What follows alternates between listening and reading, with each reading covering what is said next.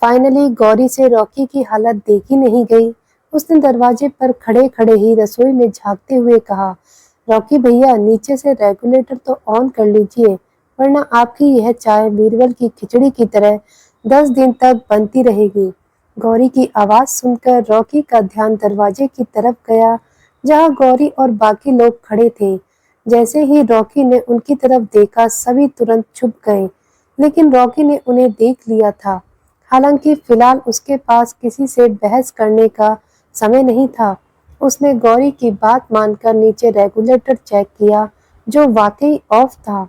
अब उसने अपनी जीभ दांतों से काटते हुए मुस्कुराकर कहा, थैंक यू गौरी। गौरी ने मुस्कुराकर यू आर वेलकम कहा और थम्स अप दिखा दिया। रॉकी ने गौरी का यह सपोर्ट देखकर हल्की सी मुस्कान दी और जल्दी से चाय बनाने के लिए पतीला रख दिया। लेकिन अब उसे समझ नहीं आ रहा था कि चाय में क्या-क्या डालना है। गौरी दोबारा उसकी मदद के लिए कुछ कहने वाली थी, तभी समर ने जल्दी से उसके मुंह पर हाथ रखकर कान में कहा, चुप कर मेरी महान आत्मा, वह जो कर रहा है करने दो, यह नजारा रोज नहीं मिलता। समर ने आगे कहा, इतना इडियट है कि इसे यह भी नहीं पता कि इंटरनेट पर चाय बनाने की हजारों रेसिपी हैं। लेकिन नहीं, इसे तो बहस करनी है। बस चुपचाप इसके कांड को देख, तुझे रहना है तो रह, नहीं तो भाग जा, लेकिन हमारा मजा मत खराब कर। समर की बात सुनकर आशी ने भी उसका साथ दिया। समर बिल्कुल सही कह रहा है, इसने मेरी बहन को बहुत रुलाया है, अब थोड़ी इसकी भी बारी है। आशी को अपने साथ देखकर समर ने उसे हाई फाई दिया। यह देखकर गौरी का मुंह बन गया, क्योंकि उसे बेचारे रॉकी की हालत पर तरस आ रहा था। इधर रॉकी ने जो न जाने कब से चाय बनाने के लिए बर्तन रखा हुआ था, वह जल रहा था। उसे समझ नहीं आ रहा था कि आगे क्या करना है। उसने गैस बंद कर दी और सर पर हाथ मारते हुए गुदगुदाया, यार मुझे तो चाय बनानी आती ही नहीं, अब क्या करूं। तभी उसे ख्याल आया, हाँ पीटर से पूछता हूँ। लेकिन अगले ही पल उसे याद आया कि वह किसी की मदद नहीं ले सकता। अब उसने खुद के सर पर टपली मारते हुए कहा, वह पीटर से मदद नहीं ले सकता, कुछ तो करना पड़ेगा। तभी उसके दिमाग में आइडिया आया। उसने झट से मोबाइल निकाला और यूट्यूब पर चाय बनाने का ट्यूटोरियल देखने लगा। वीडियो देखकर उसके चेहरे पर मुस्कान आ गई। उसने वीडियो के मुताबिक बर्तन में पानी डाला, गैस ऑन की और चाय का मसाला ढूंढने लगा। तभी उसे एक मसाले का डिब्बा मिला, जो वीडियो वाले मसाले जैसा दिख रहा था। उसने वह मसाला एक चम्मच भरकर पानी में डाल दिया। फिर दूध डालने के बाद उसने चीनी ढूंढनी शुरू की। अचानक उसकी नजर एक सफेद पाउडर पर पड़ी। बिना सोचे समझे उसने वह भी चाय में डाल दिया। थोड़ी ही देर में उस चाय के ऊपर सफेद रंग की पपड़ी जमने लगी। यह देखकर रॉकी परेशान होते हुए बोला, यह इसमें सफेद सफेद क्या है? शायद दूध की मलाई है। अरे वाह, यह चाय तो बहुत अच्छी लगेगी। कहते हुए रॉकी के चेहरे पर एक मुस्कान थी। वहीं किचन के दरवाजे पर खड़े अथर्व, आशीष, समर और गौरी हैरानी से एक दूसरे का चेहरा देख रहे थे। उन्हें समझ नहीं आ रहा था कि रॉकी आखिर चाय में क्या-क्या डाल रहा है, क्योंकि रॉकी की पीठ उनकी तरफ थी। तभी आशी ने समर की तरफ देखते हुए कहा, समर तुझे क्या लगता है कि वह चाय बना लेगा? पता नहीं, लेकिन उसके चेहरे की मुस्कान देखकर तो लग रहा है कि वह खुश है। मुझे लगता है कि वह कर लेगा, समर ने जवाब दिया। गौरी ने भी सहमति में सर हिलाया, लेकिन आशी और अथर्व ने ना में सर हिलाया। अब आशी समर की तरफ देखते हुए बोली, वह नहीं कर पाएगा, लगी शर्त? समर ने पहले रॉकी की ओर देखा और उसके चेहरे की मुस्कान देखकर उसने हामी भरी और कहा, हाँ लगी, लेकिन शर्त 50 उठक बैठक की होगी, क्योंकि मुझे तुझसे बदला लेना है। तूने मेरी हड्डियां तुड़वाई है, मेरे पीछे घोड़ा दौड़ाकर। आशी हंसते हुए बोली, हाँ हाँ लगी शर्त, तेरा ये सपना सपना ही रह जाएगा और तू अपनी हड्डियां तुड़वाने के लिए दोबारा तैयार हो जा। इसी बीच हॉल में बैठे घर के सभी लोग एक दूसरे का चेहरा देख रहे थे और रॉकी के चाय लेकर आने का इंतजार कर रहे थे। तभी निकिता एना की तरफ देखते हुए बोली, एना, यह तुम्हारा बेटा इतनी देर से किचन में क्या कर रहा है? कहीं बीरबल की खिचड़ी तो नहीं बना रहा जो हमें 10 दिन बाद मिलेगी? कहते हुए निकिता मुस्कुराने लगी। उसकी बात सुनकर ऐना ने मुंह बनाते हुए उसे गुस्से में बोली, निकिता, तुम्हें नहीं लगता कि तुम्हारा यह कुछ ज्यादा ही हो रहा है? तुम मेरे बेटे को और कितना परेशान करने वाली हो? मुझे यह बिल्कुल अच्छा नहीं लग रहा। निकिता मुस्कुराते हुए ऐना के कंधे पर हाथ रखते हुए धीरे से उसके कानों में बोली, बस थोड़ी देर और पेशेंस रखो। जरा मेरी बेटी का चेहरा देखो। अपने होने वाले पति की खिंचाई देखकर उसकी क्या हालत हो रही है। वैसे सच बताऊं, मैं सिर्फ तुम्हारे बेटे का नहीं बल्कि अपनी बेटी का भी पेशेंस लेवल चेक कर रही हूँ। और मैं जो कर रही हूँ उसके पीछे एक वजह है। तुम बस देखती जाओ, बहुत जल्द तुम्हें सब समझ आ जाएगा। कहकर निकिता धीरे से ऐना से दूर हो गई। उसके चेहरे पर एक रहस्यमयी मुस्कान थी जिसे देखकर ऐना कंफ्यूज होते हुए बोली, आखिर तुम करना क्या चाहती हो? निकिता मुस्कुरा कर बोली, बस देखती जाओ। फिर उसने पलटकर अपनी बेटी नताशा की तरफ देखा। नताशा किचन के दरवाजे की ओर उत्सुकता से देख रही थी। उसकी आंखों में एक उम्मीद और थोड़ा दर्द था। वह जानती थी कि रॉकी बहुत कोशिश कर रहा है और उसे रॉकी की हालत देखकर बुरा लग रहा था। थोड़ी ही देर में सभी बच्चे दौड़ते हुए वहां आए। बच्चों को उछलते कूदते देखकर निकिता ने हैरानी से पूछा, क्या खबर है?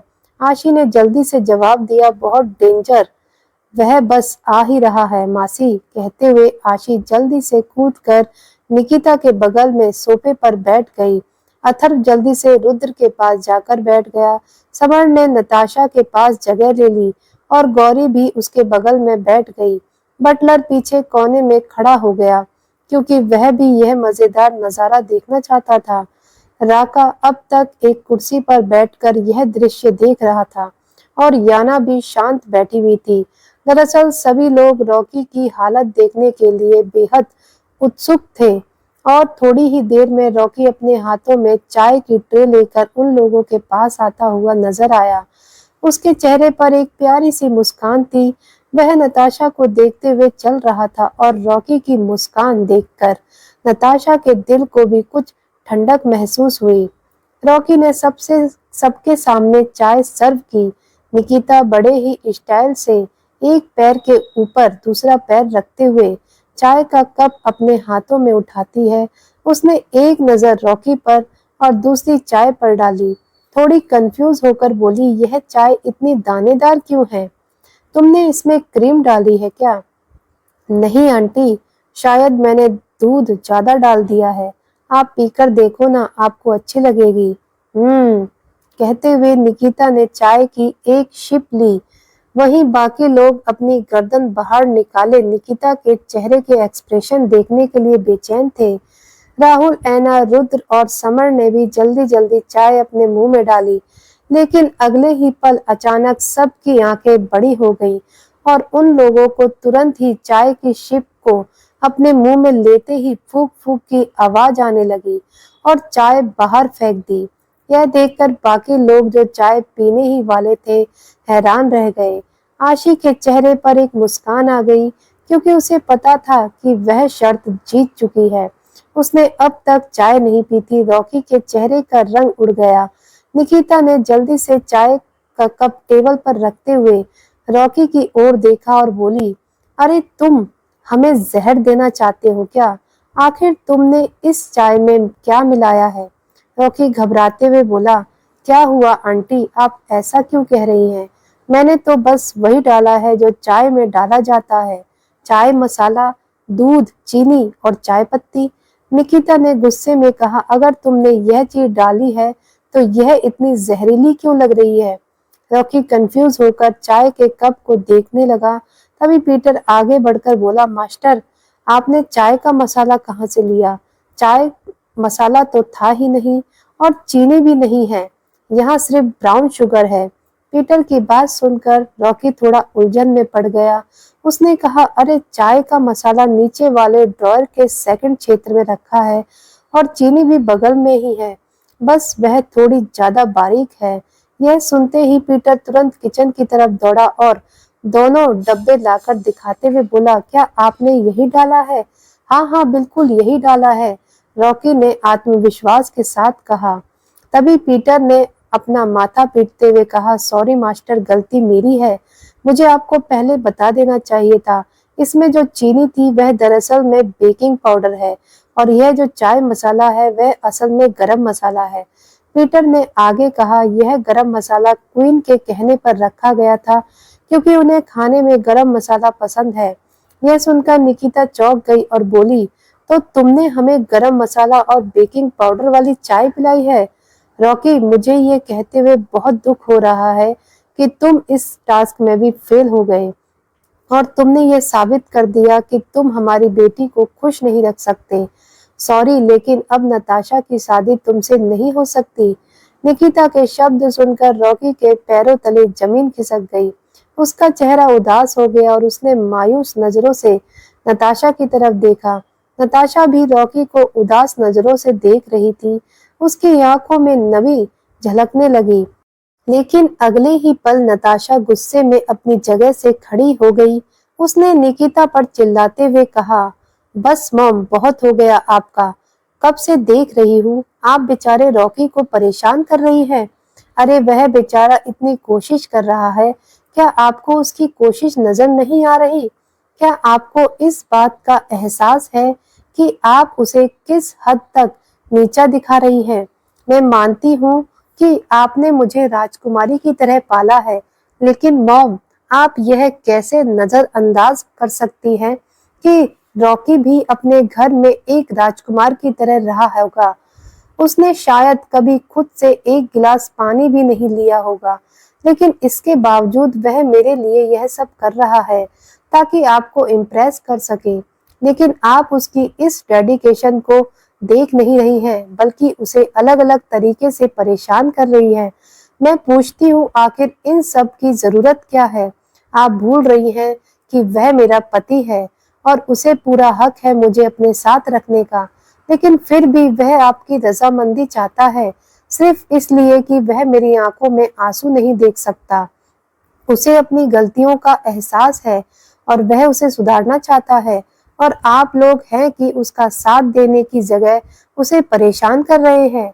मॉम, मैं मानती हूँ कि आप मेरी माँ हैं और आपको हक है मेरे सही और गलत के बारे में सोचने का, लेकिन रॉकी भी मेरा पति है और मैं अपनी आंखों में के सामने उसकी इंसल्ट होते हुए नहीं देख सकती। अब मैंने फैसला कर लिया है, आप चाहें या ना चाहें, मुझे अपने पति के साथ रहना है और ऐसा करने से आप लोग मुझे नहीं रोक सकते। कहते हुए नताशा अपनी जगह से उठकर रॉकी के पास आई। उसने उसका हाथ अपने हाथों में लिया और अपनी माँ और रुद्र और अथर्व की तरफ देखते हुए कहा, हम दोनों पति पत्नी हैं और हम एक साथ रहना चाहते हैं। यह हमारा हक है और यह हमारा आखिरी फैसला भी है। अगर आप लोगों को ये स्वीकार है तो ठीक है, वरना मुझे लगता है कि हमें यहाँ से चले जाना चाहिए, क्योंकि जिस जगह मेरे पति की इज्जत नहीं, वहां मैं कभी नहीं रहूंगी। कहते हुए नताशा पूरे आत्मविश्वास के साथ रॉकी की तरफ देखने लगी। रॉकी नताशा की बातें सुनकर उसे समझाते हुए बोला, नताशा प्लीज ऐसा मत करो, वह तुम्हारी मॉम है और मैं कोशिश कर रहा हूँ ना उनका दिल जीतने की। प्लीज तुम उन्हें और हर्ट मत करो। वैसे भी मेरी बेवकूफियों की वजह से तुम और वह लोग काफी हर्ट हो चुके हैं। मैं अब कोई भी गलती नहीं करना चाहता। लेकिन रॉकी, कहते हुए नताशा उसे समझाने की कोशिश कर रही थी। वहीं रॉकी अपनी आंखों से उसे शांत रहने का इशारा कर रहा था। तभी अथर्व गुस्से से नताशा को डांटते हुए बोला, नताशा, बिहेव योरसेल्फ। यह कौन सा तरीका है मॉम से बात करने का? लेकिन अथर्व की बात सुनकर निकिता ने अपना हाथ दिखाकर उसे रोक दिया। अब वह अपनी जगह पर खड़ी हुई और बोली, ओह, तो आखिरकार तुम्हें यह एहसास हो ही गया कि रॉकी तुम्हारा पति है और तुम्हें उसकी रिस्पेक्ट के लिए आवाज उठानी चाहिए थी। उसे वक्त देना चाहिए था, मौका देना चाहिए था, या फिर उसे समझाने की कोशिश करनी चाहिए थी। नताशा, तुम्हें नहीं लगता कि यह सब कहने में तुम्हें थोड़ी देर हो गई है? निकिता की बात सुनकर नताशा हैरानी से उसे देखने लगी। नताशा की आंखों में असमंजस देखकर निकिता मुस्कुराते हुए बोली, क्या हुआ? मेरी बातें समझ नहीं आ रही? ठीक है, मैं समझाती हूँ। नताशा, शादी सिर्फ अग्नि के सामने फेरे लेने या चुटकी भर सिंदूर लगाने का नाम नहीं है, बल्कि शादी एक वादा है, एक जिम्मेदारी है, एक दूसरे को समझने की, एक दूसरे की गलतियों को माफ करने, उन्हें सुधारने की कोशिश करने का नाम है शादी। अगर एक दूसरे के बीच गलतफहमियां हैं, तो उन्हें खत्म करने का नाम है समझदारी। मैं मानती हूँ कि तुम्हारी और रॉकी की शादी अजीब परिस्थितियों में हुई थी। तुम्हारे दिल में रॉकी के लिए प्यार था, लेकिन रॉकी के दिल में तुम्हारे लिए कुछ भी नहीं था। यह बात तुम बहुत अच्छे से जानती थी। रॉकी को तुम्हें स्वीकार करने में प्रॉब्लम हो रही थी, क्योंकि तुम दोनों के बीच अंडरस्टैंडिंग नहीं थी, और सही अंडरस्टैंडिंग के लिए एक दूसरे के साथ वक्त बिताना जरूरी है। तुमने रॉकी को समझने की कोशिश नहीं की, और रॉकी ने तुम्हें समझने की कोशिश नहीं की, और इसका नतीजा हुआ जीरो। रॉकी ने जाने अनजाने में तुम्हें हर्ट किया, और तुम उसके दिए दर्द को अपने दिल से लगाकर बैठ गई। तुमने कभी यह जानने की कोशिश नहीं की कि रॉकी क्या चाहता है। क्या तुमने कभी रॉकी को करीब से जानने की कोशिश की? क्या तुमने उसे यह एहसास कराया कि तुम उसके लिए परफेक्ट क्यों हो? दिल में किसी को बसाना आसान है, लेकिन उसके लिए डेडिकेटेड रहना मुश्किल। रॉकी ने तुम्हें हर्ट किया, यह उसकी गलती थी, लेकिन तुमने उसकी तकलीफ को अपने ऊपर हावी कर लिया, और एक दिन तुमने फैसला लिया कि तुम रॉकी के साथ नहीं रहना चाहती। लेकिन किस्मत देखो, उसी दिन रॉकी को एहसास हुआ कि उसे तुम्हारे साथ रहना है। फिर गलती करने की बारी रॉकी की थी। उसने तुम्हें समझाने की कोशिश नहीं की। उसने अपनी फीलिंग्स और खालीपन को ही सब कुछ मान लिया, और किसी भी कीमत पर तुम्हें वापस पाने की जिद पकड़ ली। और फिर शुरू हुई गलतियों की एक नई शुरुआत। तुम उसे माफ करना नहीं चाहती थी, और रॉकी सही से माफी मांगना नहीं जानता था। उसने तुम पर अपना हक जताया, प्यार नहीं जताया, और तुमने उससे प्यार की उम्मीद की, लेकिन उसे उसका हक नहीं दिया। निकिता की बात सुनकर नताशा ने अपना सर शर्म से झुका लिया, लेकिन हक की बात उसे पूरी तरह समझ नहीं आई। उसने एक बार फिर अपनी माँ को नासमझी नजरों से देखा। यह देखकर निकिता मुस्कुराते हुए बोली, ज्यादा सोचने की जरूरत नहीं है। हक से मेरा मतलब शेयर नहीं है, क्योंकि शरीर किसी भी रिश्ते की जरूरत हो सकता है, चाहत नहीं। चाहत होती है अंडरस्टैंडिंग और भरोसा। शरीर तो बस उस रिश्ते में एक फ्लेवर की तरह काम करता है। तुम्हें रॉकी को भरोसे का हक देना चाहिए था, अंडरस्टैंडिंग का हक देना चाहिए था। रॉकी ने भी हर चीज में जल्दबाजी की। सबसे पहले तुम्हें अपनी जिंदगी से निकालने की जल्दबाजी, फिर जब उसे अपनी गलती का एहसास हुआ तो तुम्हें वापस पाने की जल्दबाजी। लेकिन इस बार भी उसने तुम्हें समझने की कोशिश नहीं की है। तुम दोनों ने अपने रिश्ते को पब्लिक कर दिया, लेकिन पर्सनल लेवल पर कभी सही से समझने की कोशिश नहीं की। मैं मानती हूँ कि रिश्ते जब नाजुक दौर से गुजरने लगे और खुद को कुछ समझ न आए, तो फैमिली की मदद लेनी चाहिए। लेकिन यह मदद किस तरह लेनी चाहिए, तुम दोनों ने यह नहीं समझा। बेटा, फैमिली तुम लोगों को रास्ता दिखा सकती है, लेकिन उस पर कैसे चलना है यह तुम्हें खुद तय करना होगा, क्योंकि जिंदगी तुम्हारी है।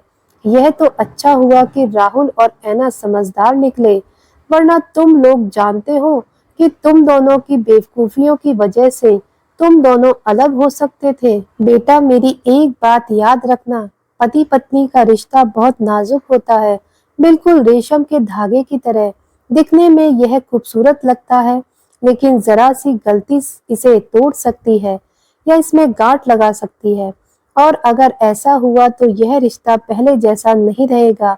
इसलिए तुम लोगों को चाहिए कि अपने रिश्ते खुद समझने की कोशिश करो, प्यार से, सलाह से और ठंडे दिमाग से।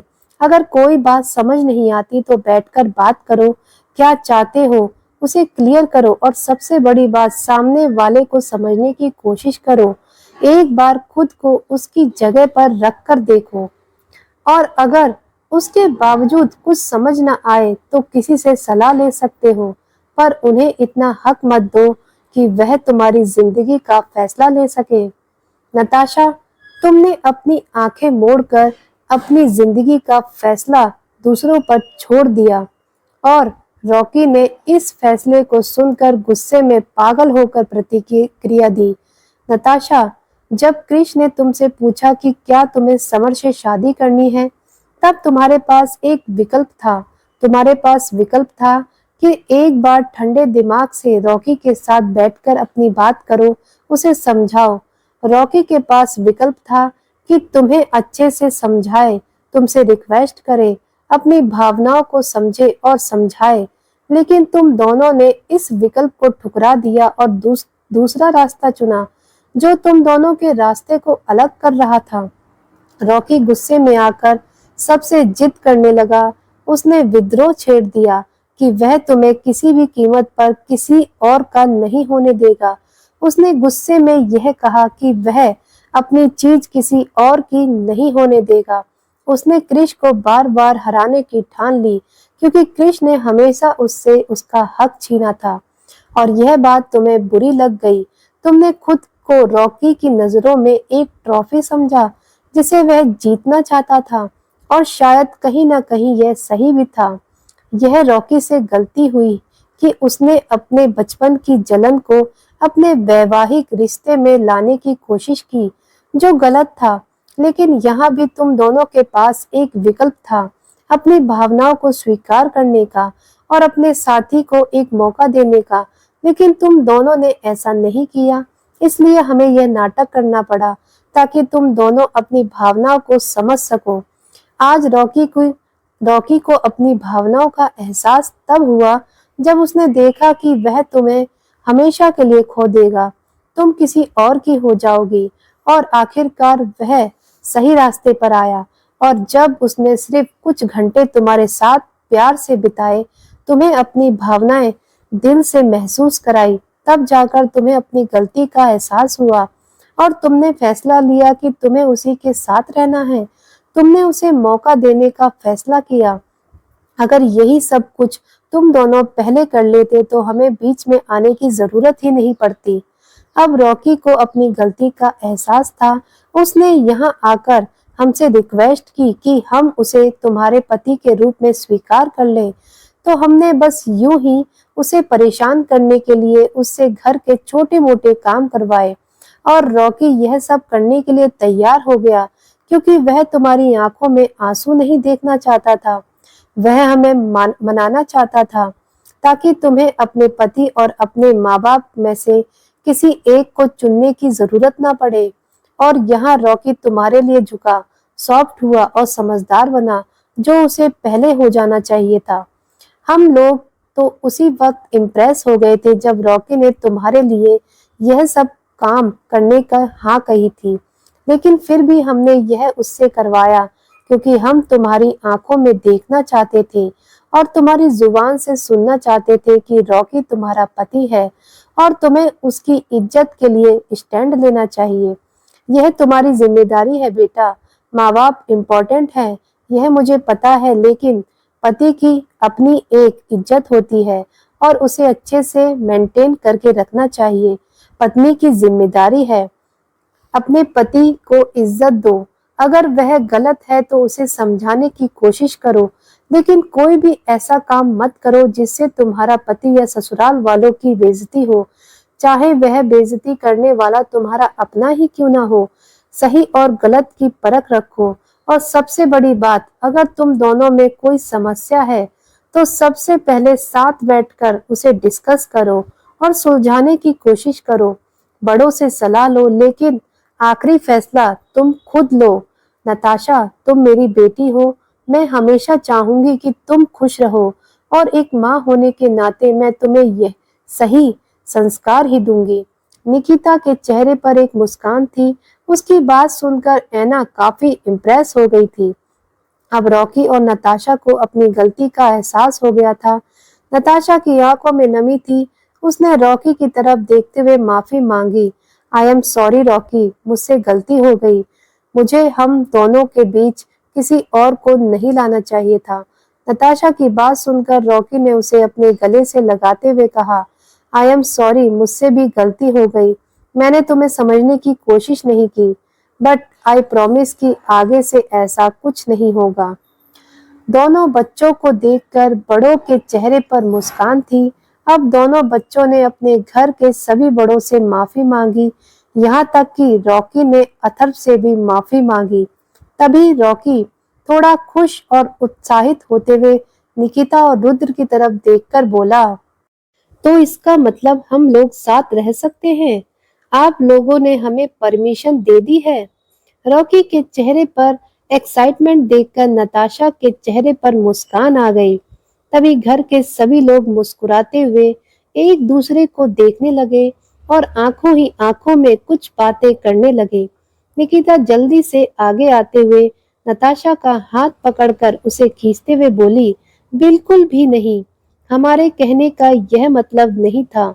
निकिता की बात सुनकर रॉकी और नताशा के चेहरे की हवाइयां उड़ गई। तभी नताशा जल्दी से अपनी माँ से बोली, लेकिन मॉम, अभी तो आपने।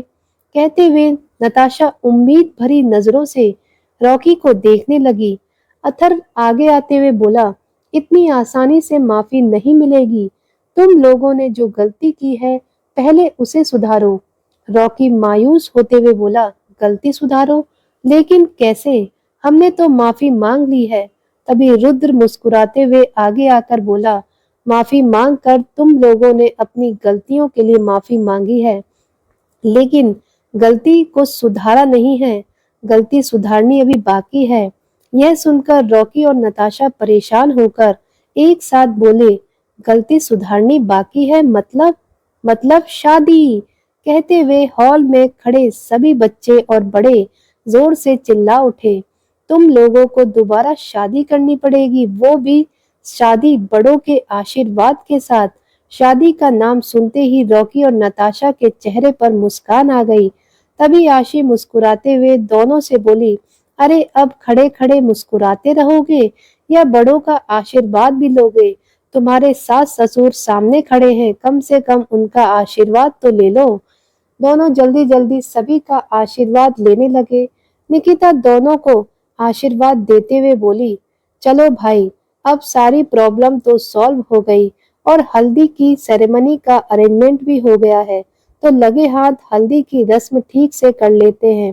कल मेहंदी और संगीत है और परसों शादी। निकिता की बात सुनकर घर में सभी लोग बहुत एक्साइटेड हो गए। आशी, समर और गौरी तो खुशी से उछलने ही लगे। तभी समर खुशी से उछलते हुए बोला, मेरी शादी इस रेड ब्लू बिल्ली से नहीं हुई। थैंक यू यार रॉकी, सही टाइम पर अपनी गलती का एहसास करने के लिए, वरना मुझे तो डर लग रहा था कि कहीं सच में मेरी शादी इस क्राई बेबी से ना हो जाए। यह सुनकर नताशा उसे घूर कर देखने लगी। तभी रॉकी मुस्कुराते हुए समर को गले लगाते हुए बोला, थैंक यू यार, तू नहीं होता तो यह सब पॉसिबल नहीं था। अरे थैंक्स की जरूरत नहीं है, तू तो भाई है मेरा। कहते हुए समर भी उसे गले लगा लेता है।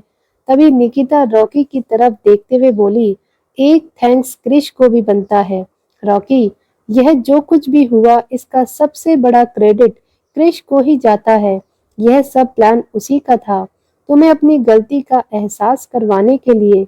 निकिता की बात सुनकर रॉकी हैरान था। वह अभी सोच ही रहा था कि तभी क्रिश हमेशा की तरह अपने चेहरे पर ठंडा ऑरा लिए हुए हॉल में दाखिल हुआ। अपनी नीली नजरों से सबको एक नजर देखने के बाद वह तेज कदमों से कमरे की तरफ जाने लगा। तभी तो दोस्तों, क्या रॉकी को अपनी गलती का पूरा एहसास होगा? क्या भाइयों के बीच सुलह हो पाएगी? आगे की कहानी पढ़ने और सुनने के लिए जुड़े रहिए हमारे साथ, हमारे चैनल डीएल हिंदी स्टोरी पर। दोस्तों वीडियो अच्छी लगी हो तो वीडियो को लाइक करना और ज़्यादा से ज़्यादा अपने दोस्तों के साथ शेयर करना ना भूलें। आप चैनल पर नए आए हैं तो चैनल को सब्सक्राइब करें और साथ में बेल आइकन प्रेस करना ना भूलें ताकि आगे आने वाले नए वीडियो आप तक सबसे पहले पहुंच सके। अब मिलते हैं अगली वीडियो में अगले एपिसोड के साथ। तब तक के लिए आप सभी का बहुत बहुत धन्यवाद।